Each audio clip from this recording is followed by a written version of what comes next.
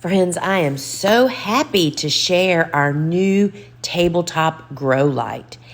I have been testing this out in my home, and I just can't tell you what a delight it is to walk out of my bedroom and sit with this in my home. You know, normally I'm out in the grow room, right? This little tabletop grow light is about 20 inches deep and 2 feet long.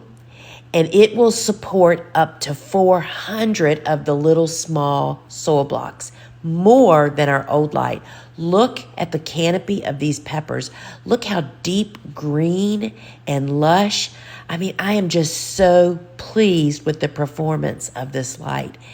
And it will hold more of the smaller trays, or you can use the longer trays when you're growing volume of the same type. And so this particular light is adjustable up and down, as well as it has a built-in timer. So that's another additional expense that is avoided.